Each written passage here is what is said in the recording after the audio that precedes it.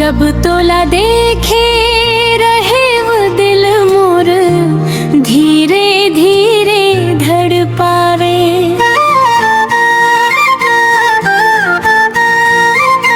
हाँ, जब तोला देखे रहे वो दिल मोर धीरे धीरे धड़ पावे।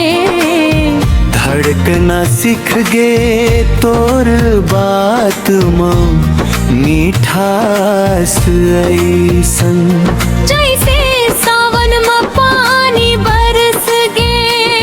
तोर संग सपना सजाए हवम, हर जन्म तोला चाहे हवम।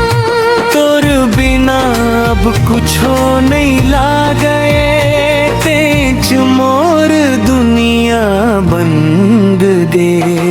तोर आँखी के जादू मोला दीवाना बना पावे।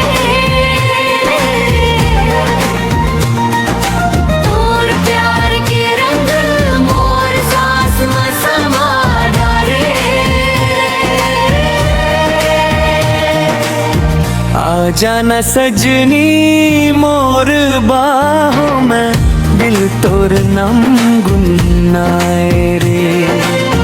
आ जाना सजनी मोर बाहों में, दिल तोर नम गुन्नाए रे।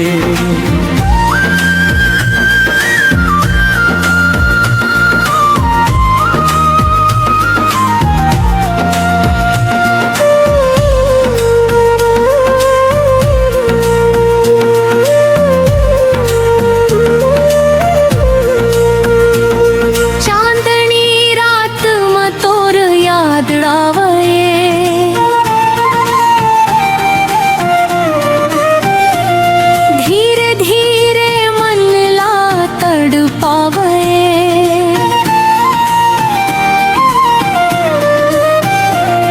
मोबाइल के फोटो देख देखे दिल मोर तोला बुलावे।